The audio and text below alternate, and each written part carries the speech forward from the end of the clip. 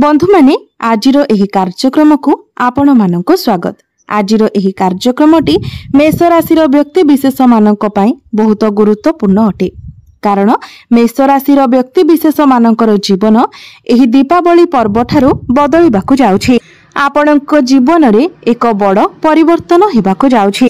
कारण ग्रह नक्षत्र मानक चलन रे एक बड़ परिवर्तन हेबाकु जाउछि, जहार प्रभाव रे आपणक जीवन रे मध्य किछि बड़ हेबाकु जाउछि। देवगुरु बृहस्पति दीर्घ 12 वर्ष परे निजर राशि परिवर्तन करिबाकु जाउछन्ति। दीपावली 2 दिन पूर्वरु अर्थात 18 अक्टोबर को गुरु निजर राशि परिवर्तन करिवे। आपणकर तृतीय भावरु चतुर्थ भाव को गोचर करिवे। चतुर्थ भावटी होइथाय समस्त प्रकारर भौतिक सुखर भाव, मातांकर भाव। यह व्यतीत चतुर्थ भावटी को कुंडली रे बहुत शुभ स्थान बोली माना जाय थाय। एहाको कुंडलीर केंद्र बोली कहा जाय थाय। तो गुरु आपणकर चतुर्थ भाव रे उच्चस्थ हेबाकु जाउछन्ति। तो बंधु माने गुरु हेउछन्ति आपणकर नवम एवं एकादश भावर अधिपति। तेबे नवम एवं द्वादश भावर अधिपति होई गुरु आपणकर चतुर्थ भावरे गोचर करिवे। तेबे गुरुंकर दृष्टि आपणकर अष्टम, दशम एवं द्वादश भाव उपरे रहिबो। एहा व्यतीत सूर्य आपणकर सप्तम भाव को चलन करिवे। आपणकर सप्तम भावरे बुधादित्य राजयोगर निर्माण हेबो, जहा आपणको अधिक शुभ फल प्रदान करिबो। तेबे आपणको जीवन रे जहा सब समस्या लागि रहितिला से सब खूब शीघ्र दूर हेबाकु जाउछि। पुनर्बार आपणको जीवन को खुशी फेरिबाकु जाउछि। तेबे आसंतु जानिबा एही पवित्र दीपावली पर्व ठारू आपणको जीवन रे कोन सब बड़ परिवर्तन हेबाकु जाउछि। तो बंधु माने भिडियोटी रे आगो को बढ़िबा पूर्वरो जदि आपणकर मेष राशि होइथाय तो भिडियोटी को लाइक करी चैनल टी को सब्सक्राइब करि दियंतु एवं कमेंट बॉक्स रे भक्ति एवं श्रद्धार सहित जय श्री जगन्नाथ जय मां लक्ष्मी निश्चय लिखंतु। तो बंधु माने आसंतु आरंभ करिबा आजिर एही कार्यक्रम को, जहा आपणकर जन्म राशि तथा चंद्र राशि उपरे आधारित अटे। तेबे बंधु माने आपण माने जानि रखिबा उचित जे जेमिति ही 18 अक्टोबर को देवगुरु बृहस्पति आपणकर चतुर्थ भाव को प्रवेश करिवे। आपणक जीवन रे 5टी बड़ घटना घटिबाकु जाउछि। गुरु आपणकर चतुर्थ भावरे उच्चस्थ हेउछन्ति। चतुर्थ भावटी होइथाय समस्त प्रकारर सुखर भाव, मांकर भाव।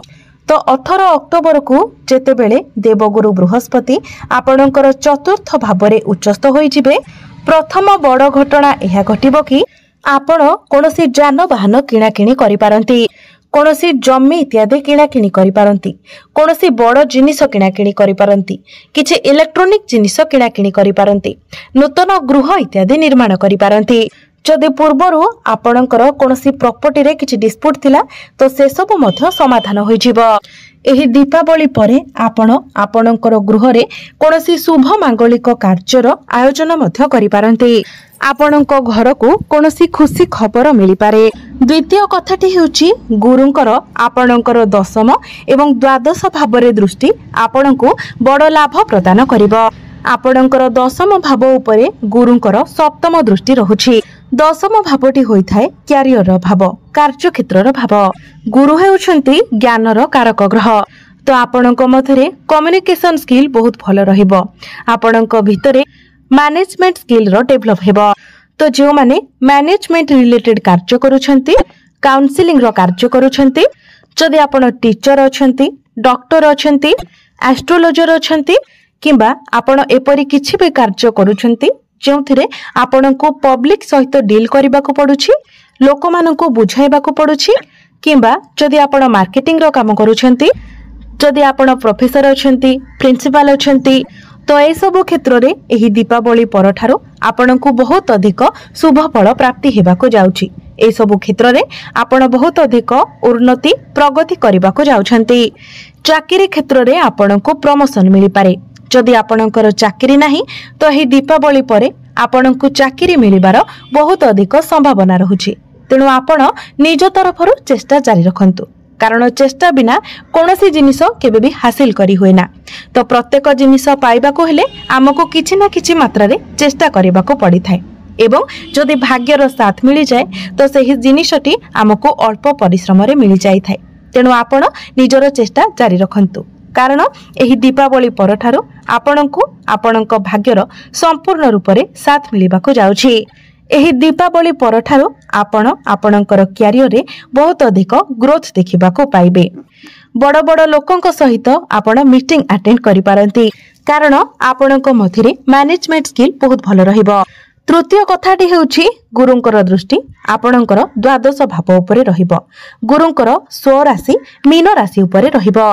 तेबे द्वादश भावटी होइथाय विदेशर भाव।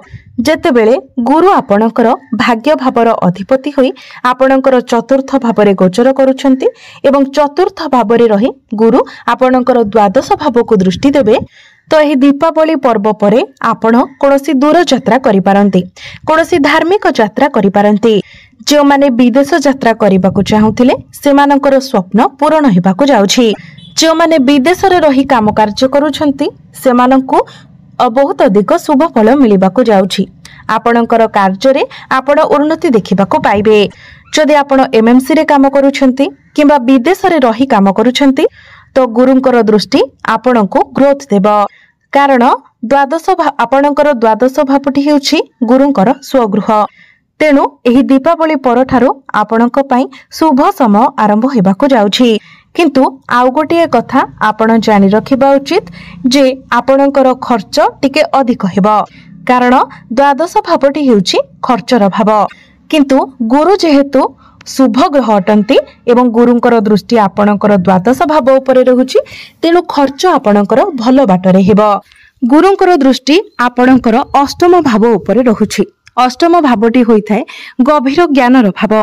तो जो माने रिसर्च लाइन रे अछंती, जो माने सर्जन अछंती, एस्ट्रोलॉजर अछंती किंबा जदि आपण कोनोसी एपरि किछि कार्य करूछंती जोठारे गभीर ज्ञानर आवश्यकता होइथाय ए सब क्षेत्र रे आपनको बहुत प्रगति मिलिबाको जाउछि।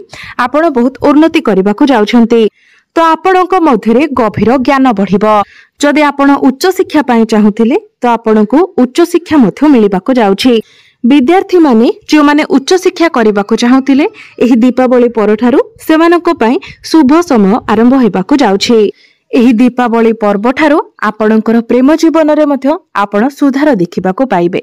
पूर्वरु जदि आपणकर प्रेम जीवन रे किछि समस्या लागि रहितिला तो से सब दूर होई छिबो। आपणक मध्यरे अंडरस्टैंडिंग बढ़िबो, भल पाइबा बढ़िबो। आपण परस्पर को बुझी पारिबे। आपणकर प्रेम विवाहर रूप मध्य नै पारे। जो माने अविवाहित अछंती सेमानक पई विवाह जोग खोली जिवो। एही दीपावली पर्व परे आपणक घर को विवाह प्रस्ताव मान आसीबो एवं आपणकर विवाह मध्य स्थिर होई जिवो। तेबे वैवाहिक जीवन रे किंतु आपणको टिके ध्यान रखिबार अछि कारण एही दीपावली पर्व परे आपणकर वैवाहिक जीवन रे किछिटा समस्या देखा देई पारे। सप्तम भावटी होइथाय वैवाहिक जीवनर भाव। आपणक सप्तम भावर अधिपति हेउछंती कारण शुक्र आपणकर पंचम भावरे गोचर करूछंती एवं मंगल आपणकर सप्तम भावरे गोचर करूछंती। मंगल एवं शुक्रक मध्यरे 1-12 कनेक्शन बनुछि।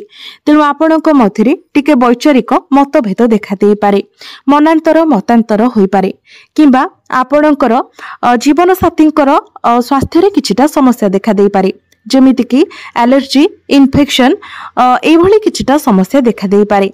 तो ए सब उपरे आपणको टिके ध्यान रखिबार अछि। गुरुंकर दृष्टि आपणकर दशम भाव उपरे रहुथिबारु आपणकर कर्म क्षेत्र रे एक बड़ परिवर्तन आसीबो। आपण निजर कर्म को सुधारिबे। आपण कोनोसी सामाजिक कार्य रे योगदान करि पारंती। आपणक मध्यरे मैच्योरिटी लेवल बढ़िबो। पूर्वरु आपणक मध्यकु जो आलस्य आसुथिला ताहा वर्तमान हेबो नाही। आपण आपणकर काम को बहुत सीरियस भाबरे करिवे। तेबे एही दीपावली परठारु आपणको अनेक क्षेत्र रे शुभ फल प्राप्ति हेबाको जाउछि। आपणको जीवन रे एक सकारात्मक परिवर्तन हेबाको जाउछि। तेबे अधिक शुभ फल प्राप्ति करिबा पई आपण प्रत्येक दिन शनिकर बीज मंत्र 108 थर जप करंतु कारण आपणको राशि रे शनि 7.5 चालुछि। तेणु शनिकर दुष्प्रभाव को कम करिबा पई एवं शनिक ठारू शुभ फल प्राप्ति करिबा पई आपण प्रत्येक दिन शनिकर बीज मंत्र 108 थर जप करंतु। प्रत्येक दिन आपण हनुमान चालीसार पाठ करंतु एवं प्रत्येक दिन उदित सूर्य को जलार्घ्य अर्पण करंतु। आपणको अधिक मात्रा शुभ फल प्राप्ति हेब। तो बंधु माने आपणकर जीवन मंगलमय हेउ, एहा ही ईश्वरक निकटरे मोर प्रार्थना। धन्यवाद।